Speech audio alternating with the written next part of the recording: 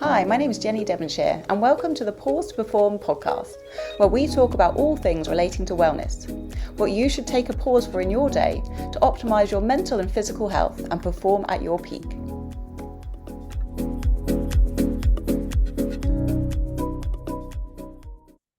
So welcome to the Pause to Perform podcast with me, Jenny Devonshire. And this week I'm joined by Karin Oswald. Karin is a leadership coach with a focus on self-leadership. Karin has 15 years of experience working with leaders and as a leader herself. She works with people to reconnect with themselves and become leaders with impact from a new inner clarity. Her mission is to create a space for personal growth, self-reflection and transformation to bring forth a new generation of leaders who positively impact the world with empathy and integrity.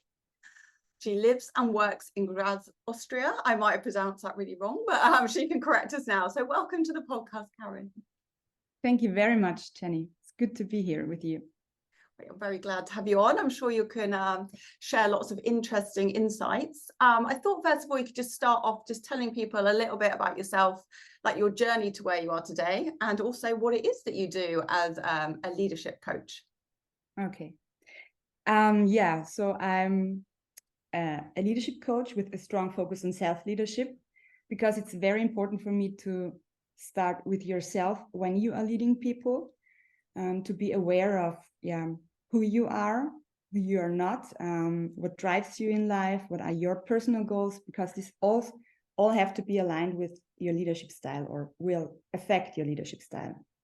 And my journey, so I have a psychology and a business background in academics. So I studied psychology and business administration, and I worked in HR for quite a while, and therefore together with a lot of leaders, and also I also had led people in my previous career. But then during COVID, I decided to change and to become a coach and to work or support organizations and people from the outside, because this is what I really love to do and where my passion is and where I really can contribute, and with a special focus on self-leadership. Yes. Yeah, it sounds like you've got like such a good like mix of skills, and it's funny, isn't it? Like obviously I've got a psychology background as well, and you know, when you've worked within an industry, then it's really great to the sort of the challenges people face, and you've got, you can bring all those skills together to really support people, which I think is great. But first of all, what is self-leadership, and why do you think it is important for individuals in leadership positions to develop this self-leadership skill? Mm-hmm. Self-leadership is leading yourself. So I think it's very, very important to have understanding and clarity about, okay, what does leadership mean to me as a person? Because the pictures are different, and you are, everybody has his own or her own story and experiences with leadership. So while they are growing up, when they went to school or studied, or with the first working experiences, so you are not, there is no blank paper where you can start from scratch. You have your ideas, and I think it's very important to become clear about your picture of leadership and what you think, what's the mission, and then you can really start working on your own values, so reflecting your own values, because this is very unconscious, and this is working, although you don't see it in your daily work. Maybe others see it. You have your blind spots, you have things that are triggering you. I think it's also very important to know about your emotions, and to handle your emotions. And so, because you will be in contact with emotions of other people you lead. So I think it's important to get clarity and some kind of freedom and space within yourself to become and be effective as a leader. And to get there, this is self-leadership, in my opinion. Yeah, because I guess like we are all the product of our experience, aren't we? And to kind of not acknowledge that is not going to really help you. Yeah, and you mentioned there like values. I've done like quite a lot of work on values and do it like with my clients to help them with sort of behavior change and improving their health and things. So how important do you think working in line with your values is for leaders? Yeah, I think it's crucial. So I think first of all, you have your own values and you have the values of the company, and this needs to be aligned. So maybe there are or there is more focus on a special value, but if there is a value conflict, then I think you don't really have a chance to be effective as a leader. And so you need to understand the values of the organization you are contributing, and you need to figure out, okay, what are my 3 or 5 most important values? And then you can check, do you live these values in your current position, in your current life? And if not, what can you change? And what kind of leadership can be derived out of your values? What is your leadership style? So for example, if your value is to be very appreciative with people and respectful, then you need to make sure that you can live that in this environment, for example. Or if there is a high value on performance, so you want to achieve, you're a great achiever and you love it, you're really passionate about it, then maybe you need also some kind of people around that support you so that you can live up to your values and that are also very energized. So it depends on your drivers internally, your values, your motivators, and you should be really honest. So there is no good or bad, in my opinions, but you should be aware of what drives you. So if there was like a misalignment between someone's values and an organization or individuals within a team or anything, is there anything you would recommend to kind of overcome that? Yeah, I think this is a classic love it, leave it, or change it situation. So I think you need to be, again, honest with yourself, because you cannot change the values of your environment and you cannot really change your own values.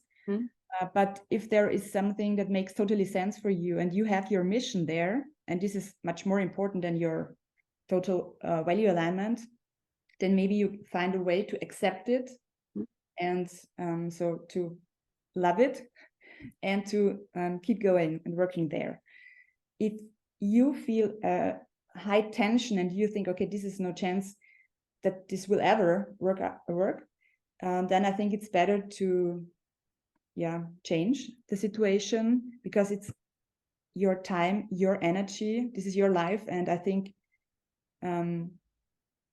it's like a relationship, when you figure out, okay, this is not working, then it's probably better to stop it sooner than later and to find the right environment for yourself.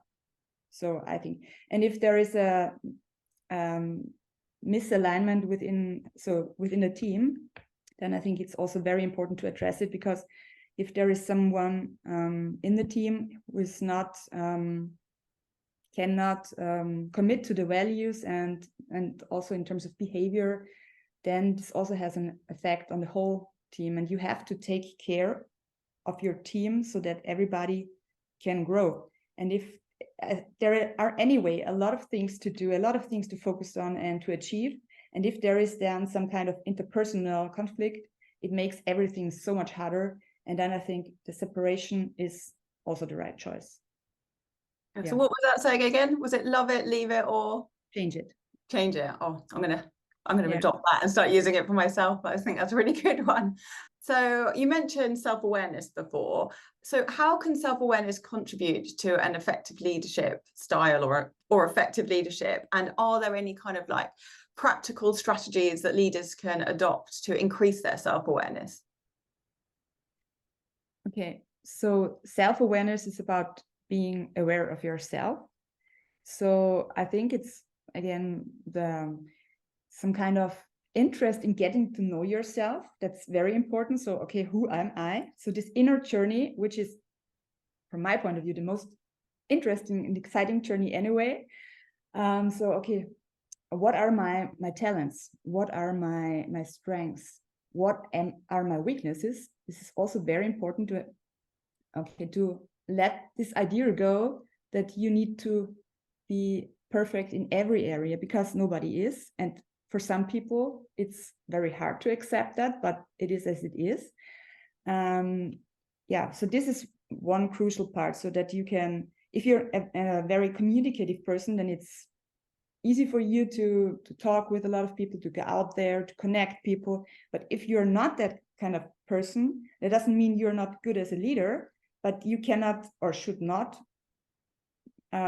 apply this strategy, because this costs you a lot of energy. If you try to copy another leadership style, but the personality is totally different, it will not work. It will be very exhausting for you. And I think you need your energy to create a lot of great things. And so you need to find your authentic leadership style. And therefore you need to know, okay, what comes easy to me, what I love to do, what is very natural. So to get to know your nature, I think this is about self-awareness. And there are tools like, so I'm working with the Insights MDI analysis, which is it's a very easy tool. So it's a survey, very quick, so I think less than 20 minutes. And then you get a report about your behavior, preferences, and also your motivators. And then you have it written there. And people always are very flashed, because it describes you as a person so good. And then you have also the picture, okay, what is your, not your personality, but how you behave in business, for example. And then you see, okay, this is where I'm very naturally, or I apply this behavior very naturally, and this is very low for me. And okay, I cannot really use that as a resource in my leadership. So this is also something what is a very easy first step, for example, to get to know your talents and preferences. Yeah, it's funny because I think, as you kind of touched on, like a lot of people don't like to admit if they're not good at things. They see it's like a weakness, and like you say, think they have to be good at everything. But actually being really clear on what your strengths are and what that you might find a little bit more challenging and you probably shouldn't be trying to do is actually quite liberating, because it frees you up to focus on what you are good at. And there was a book, I think it was Ray Dalio, I think that's how you pronounce his name. He wrote a book about principles. It's like life principles, work principles. And in his company, they did this exercise of finding people's strengths and also things that they weren't so great at. And it was actually really useful, because it meant that if they wanted to get certain things done, they knew who to go to. And it also means that you're not then being approached to do things that you might find like really quite difficult and then put that pressure on yourself. So I think that's a great tool. So what was the name of the these Insights. What was it, sorry? Insights analysis. Oh, okay. I'll if you send it to me, I will put it in the show notes so other people can find it, because I think that would be really useful. Yeah. So in your experience, like, are there any kind of key characteristics of successful self-leaders? So are there any like kind of common traits or habits that set them apart from others? Mm-hmm. I think clarity is key. Mm-hmm. But again, to be very clear about, okay, what is your intention? What drives you? Where do you want to go? And also to have this kind of clarity about your talents and resources, because then you can use them to develop a strategy to go there where you want to be in the future. Also to have at least a certain amount or degree of emotional intelligence, so that you are aware of your emotions, so you know exactly, okay, what are your trigger moments, what are your trigger emotions, because when they will pop up at a certain time, and then you're not that surprised anymore, and then you can really create some kind of distance and be with them, not not try to avoid them, because it's everything you want to avoid will create some kind of tension and more power within you, and then they will come up in the weirdest moments. So to get to, or be aware of your own emotions and how to live with them. And then you also you create some kind of space within yourself, some kind of distance, and then you can become more an observer about your person and your behavior and everything and your thoughts, and then you can you free yourself up. So I think these are key criteria. So so it kind of all comes back to that self-awareness, doesn't it? Like, and that really makes me think of acceptance commitment therapy, which is all about making space for emotions and creating distance and space, but making space for them to all be there rather than trying to push them away or change them, which I think is like, can be really powerful, because it's, like you say, the more you try and avoid something, the more it's going to kind of be there. So I think that's a really good points on that one. I think you need a room where you feel safe.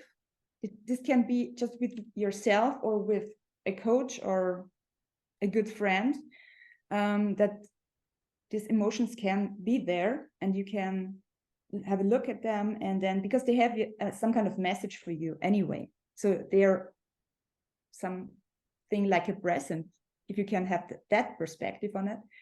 And to be with them. We are human beings, and this is part of us, our nature. And it's like that full spectrum of emotion rather than just wanting what you see as like the good ones. And I know a lot of people, we use various methods to kind of dampen down certain emotions, don't we? Like, so reaching for sort of alcohol or things like that when we don't want to experience things. But actually the best way to kind of to get through it is to just be with it, so that, like you say, it can teach you what it needs to teach you, and then you can move on. Otherwise it's going to just keep being there, and then the cycle continues. So you mentioned like emotional intelligence there. I've been reading up on it recently because I think it's really interesting. So what sort of things do you think are important in either sort of cultivate, well, first of all, maybe you could go into what emotional intelligence is, and also like, why is it important for leaders to kind of develop emotional intelligence? Mm-hmm. So for me, emotional intelligence is to be with emotions, with your own and with others, especially when you are a leader. And I think it's very interesting because people try to avoid, or leaders try to avoid, conflict situations because they do not know, because you don't learn it in school or somewhere else, how to deal with them. So there is always some kind of distance, and the idea is to really be present. So if you're a leader and you have this kind of situation and the other person is very emotional,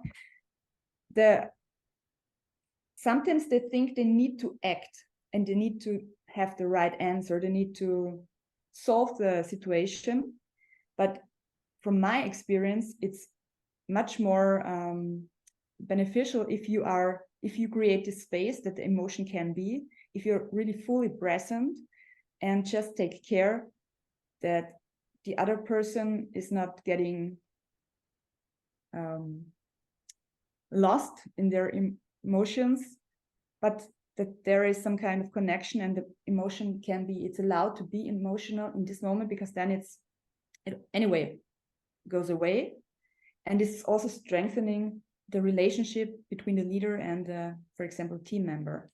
So just to be there, breathe, create that space and hold that space for this special moment is crucial. And you don't need to say something most of the time. It's just to be there as a human being. And I think a lot of the time people just want to really feel like they've been heard, don't they? So I've been doing a course recently on motivational interviewing, and it's all about reflexive listening. So it's really listening to people and then, like, just repeating it back to them so that they have been heard, and just creating that, like you say, a safe space people afterwards can come away and be like, oh, it's so nice just to talk to someone. They don't need to be like, you know, we go into this fixing mode, don't we? But actually people don't necessarily want you to fix things. They just want to sort of to share it with you and know that you really listen to it. Yeah, that's true. And the leader thinks, okay, he or she needs to fix it. And this is the thought. And then it's not, there's no real connection. Yeah, you're totally right. Just to be heard and seen. Yeah, and that's right. also true, like in personal lives, isn't it? You know, when you go to someone and you've got something you want to vent, basically, and then people keep on giving you like solutions, and you're like, no, I don't want that. I just want to tell you why I find it difficult. And then, like, so if anyone who's listening, who's in a relationship, or anyone comes to them, next time someone comes to you with like a problem, don't jump into fixing. Just listen. It can really help you. Yeah, that's true. Yeah. And so I've also like sort of studied kind of like the growth mindset in various different sort of capacities. Do you think that cultivating like a growth mindset is important for leaders? And what kind of things would you recommend they do to kind of adopt that approach to their journey and to like their leadership journey? Yeah, I think it's very essential. And I think you have a lot of experience. Everyone has a lot of experience, and you have overcome challenges and crises, and yeah, you have managed a lot of situations in your life. And I think to look back and see what you have accomplished so far is a very good exercise for this growth mindset, because I think people need to have this kind of trust in themselves that they can deal with whatever will come, and they are able and capable to manage and to or accomplish or create this next level. And therefore you just need to look back where you came from, and then you can see you have managed different levels so far. So it will happen that you proceed this kind of journey. And this is for me the easiest way to work on your growth mindset. It kind of ties back into strength as well, because a lot of people don't like discount their strengths, because anything that you've achieved or you're good at, it can be quite easy for people to kind of dismiss that, because they think, oh, if I can do it, then everyone must be able to, or if I find something like easy or anything like that. Well, actually, if you look at it from a kind of more objective way, if you look, like you just said, like if you look back at everything you've been through and what you've achieved, it's probably a lot more than you realize. But many people don't take the time to really reflect and sort of give themselves like a pat on the back for it. So I think that's definitely a good way to apply it. Yeah, I think it takes some time to figure out that what comes easy to you is not coming easy to everyone else, because it was also in my case, you have these high expectations about yourself, and then you're just moving forward and you're struggling a bit, but some things comes easy to you, and this is very logical and natural, and you don't think that this can be something where other people are struggling. And it took me also some years to change that kind of view, and then I could see it as a resource. So I did not compare myself to others, but I recognized, okay, there is something what I do, what comes easy to me, what is not a given thing for everyone, and then I can or evaluate that as a strength. Yeah, it's good. And you also need to celebrate yourself a bit, because we are very, very strict with ourselves usually. Yeah, and we tend to focus on kind of the things we're not good at, or beating ourselves up if anything goes wrong. Whereas it can be easy to kind of just to dismiss our achievements and just focus on what we're not happy about. So it's like you say, really good to sort of celebrate your successes, even if they're really small as well. it's good to do it on a daily basis. So if you every evening after your work day, and then you, or before you go to sleep, and then you think, okay, what are you grateful for? This is my practice, to write down what I'm grateful for this day. But also, what are you proud of? What have you handled very well, better than maybe a year ago? And also the tiny things. If you do that on the long run, things are changing. It's not a huge effort on a daily basis for one day, but on the long run. And that's about the compound effect. Then you will see the difference. Because about the gratitude exercise, for example, during the day I collect moments, and then I have this, this view. Okay, this is a moment for writing down in the evening, and then you change your perspective. And it's the same with your little wins, what you have. And I'm pretty sure that everyone has little wins on a daily basis. Yeah, and also with that, you can read back over it later on, and just then you'll, if you kind of, this tendency to forget our accomplishments, you can read back over it and remind yourself of those things that you achieved, and also of where you've how far you have come, which is really nice. And my friend actually did something. They had a jar and they wrote in like various, I don't know if it was gratitude, but I think it was more things that they've done, or things things that they've done that they weren't happy about, or their achievements, I think. And then on New Year they opened the jar and read them all, and I was like, oh, that's such a nice way to start the year, by looking, like, reflecting back on all like things that you've achieved and things that you've enjoyed over the year. Yeah, to collect those moments. And yeah, it's really a great way to live, and then to make yourself that present. So I noticed that self-care is often overlooked by leaders in favor of sort of work-related things. What would you do to help people to prioritize their well-being and maintain a healthier work-life balance? It's also a good question. I think for me it's nice to have this, to be a weekend off and to take care of yourself and wellness and everything. But much more important is to do it on to have these little practices during the day, which are very easy to implement.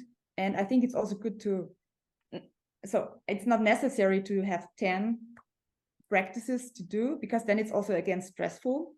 But to have this one little ritual, what you apply sometimes during the day. For example, okay, you sit there, you close your eyes and you check in yourself. You have your feet on the ground, because there are people who are very grounded and there are people who are not really grounded. And for those who are not really grounded, it's good to feel your feet on the ground, and then just breathe. It's a very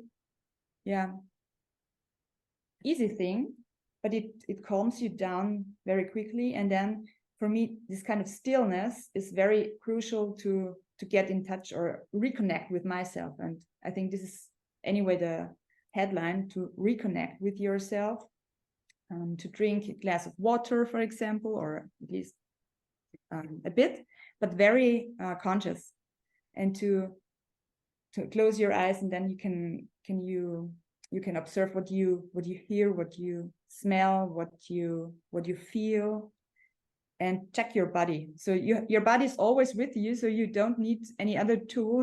Don't need to pay for something in addition. Just do a lot of check-ins during the day, and then it will change. I think this is the most important exercise. Not always the easiest, because sometimes you're so full in your mind, but this helps a lot if you make this as a habit. Yes. Yeah, because it's very easy, isn't it, just to be like go, go, go, and then before you know it, it's the end of the day and you haven't done that at all. So yeah, definitely making it sort of a habit so it becomes more natural. And also it's a bit like, so I like to do like a non-sleep deep rest exercise sort of in the afternoon when I'm starting to like have that little afternoon slump. And a lot of people think like, oh, I can't stop because I've got too much to do. But actually taking like a little break, even if it's just like a minute just to breathe and check in with yourself, can actually mean that you perform much better. So it saves you time long term. Absolutely, yeah. Yeah. So when with your, like, obviously you're a leadership coach, is there any kind of advice you would give to leaders, maybe if they're starting out on their sort of leadership journey? Like, what steps can they take to begin to like develop and hone their skills from a sort of a self-leadership approach? Mm-hmm. Yeah, I think it's best of what I have talked about so far. So I think I would start with the sentence, which is leadership is, and then ... and then people should just finish this sentence. So what comes in their mind? Because this is the very intuitive part, and you don't need to think and create the right statement, but just what is honestly in your mind, in your heart, and that this can be written on a piece of paper, and then you have a look at it, and then you can think, okay, how does that feel? What kind of emotions are connected with your thought about leadership?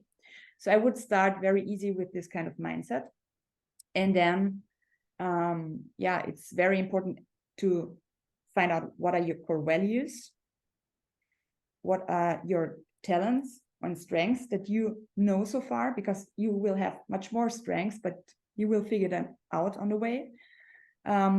What is creating energy for you, because it's also important that you are energized and that you are aware of what is delivering energy and what is taking your energy.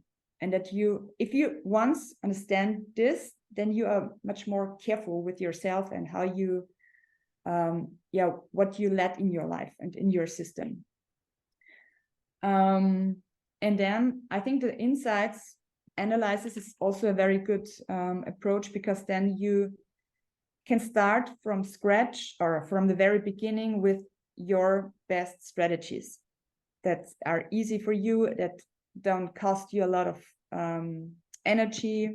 And there is a saying, I have it in German in mind: what starts good will continue that way. So it's the energy of the beginning which is essential for your leadership in the future and the way you will go, or your journey. So I think to make yourself the present of a really good starting point, high energy, and good emotions around this leadership journey is a very good thing for you and all the people you will lead. Yeah. And what are there any kind of common challenges that leaders face, maybe like when they're just starting out being a leader? Because obviously people get promoted and often then they just, it happens, but they're not necessarily find it natural. Is there anything that kind of challenges you've seen sort of people face, and how can they overcome them? Yeah, I think there is one hard situation is when you are the colleague of others, and then you get promoted, and then you are there as a leader for them, which used to be your colleagues and maybe also your friends. To make that switch is this is a challenge, I think. And it needs to be managed in a very conscious way, I think, because otherwise you're struggling, and because you have your internal drivers, okay, so that you need to make everybody happy or something like that. And if you're not aware, it will be very fuzzy for you and all the others when you become then the team leader. So I think clarity is key, and it is also very respectful to be clear, and makes also, if it's not maybe nice for others because they also wanted to be promoted. But if you are clear, I think clarity is it's respectful, and it's appreciation. Don't feel bad and don't take over the emotional responsibility from others. So just take care of yourself. And Yeah, and I guess that's where this kind of, it's not that you don't are ignoring others' feelings, but it's taking over emotional or anything else, or any kind of responsibility is always tricky. Yeah, and it can be really difficult if you're like really empathetic, can't it? Because you take on the emotions of others, but actually they're not your emotions. So it's important to protect yourself so you can sort of acknowledge their emotions and sort of have that space for them, but equally not taking them on too much so it impacts on your own sort of well-being. Yeah, I think so. Lately I had some kind of talks which I would, or people would say this is negative information, what I had to deliver.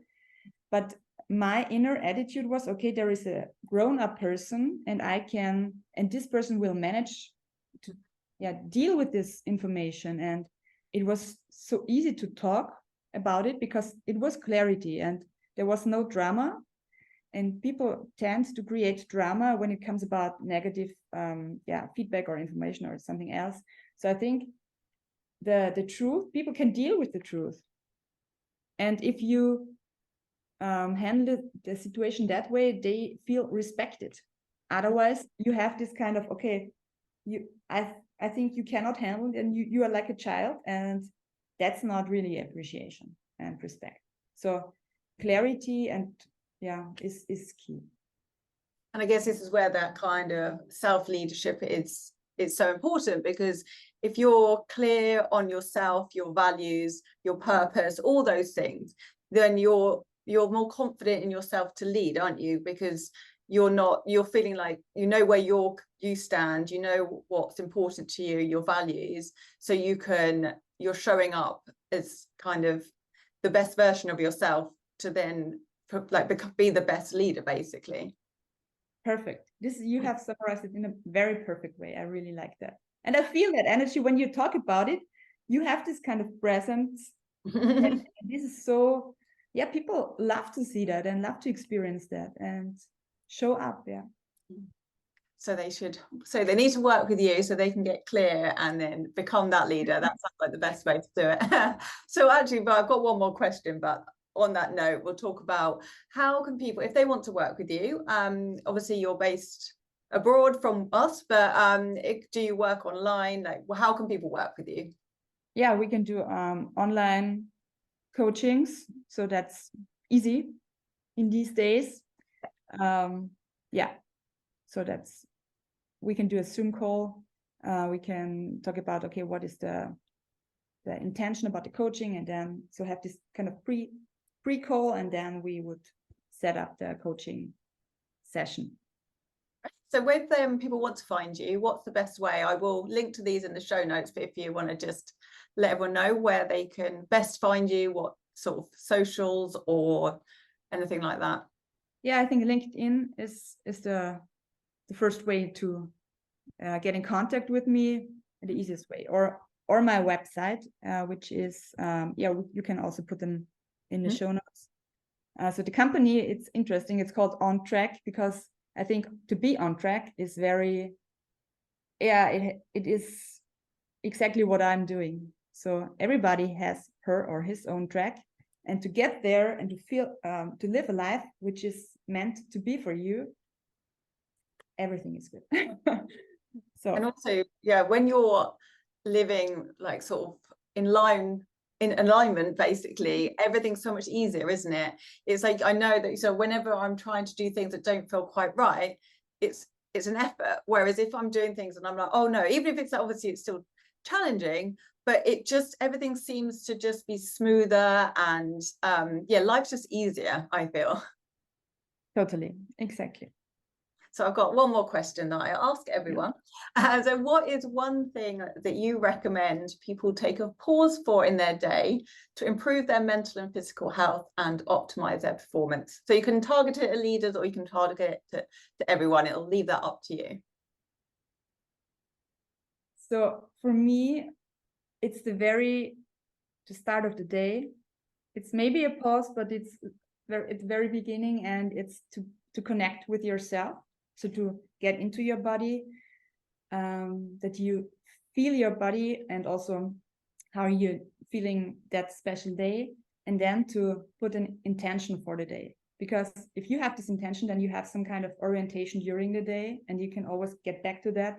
So to connect in the morning and be very intentional for this day is what I would recommend.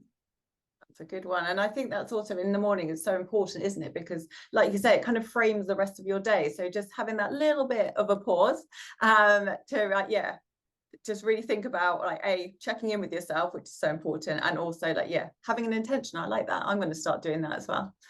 So thank you so much for coming on. I found this is really enjoyed talking to you, and I hope those listening do. And for any leaders out there that want to start going on this journey of being self-leader, this self-leadership journey, I should say, please get in touch with Karin, and hopefully chat to you soon. So thank you very much for the invitation and having me here, and it was a great pleasure for me to have this talk with you. You've been listening to the Pause to Perform podcast with me, Jenny Devonshire. If you enjoyed this show, I'd really appreciate it if you could rate, review and subscribe. This helps other people find it, and hopefully I can help more people to improve their mental and physical health and optimise their performance.